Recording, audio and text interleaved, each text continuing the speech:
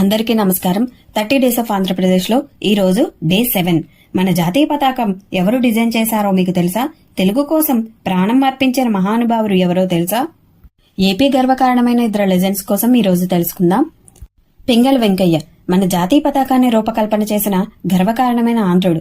1876లో మచిలీపట్నంలో జన్మించిన ఆయన రాష్ట్రం, దేశం కోసం త్రివర్ణ పతాకం డిజైన్ చేసి భారత స్వతంత్ర ఉద్యమంలో చిరస్థాయిగా నిలిచారు.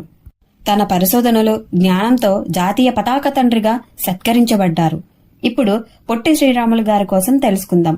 1901లో నెల్లూరులో జన్మించిన శ్రీరాములు తెలుగు ప్రజల కోసం ప్రత్యేక రాష్ట్రం రావాలనే ఆశయంతో ఆత్మాహుతి దారి ఎంచుకున్నారు.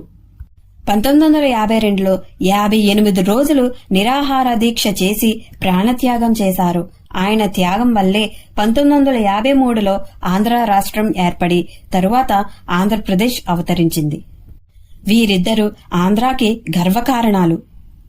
ఒకరు మన జాతీయ పతాకానికి జీవం ఇచ్చారు, మరొకరు తెలుగు రాష్ట్రానికి జన్మనిచ్చారు. ఇదే మన ఏపీ మహానుభావుల కథ.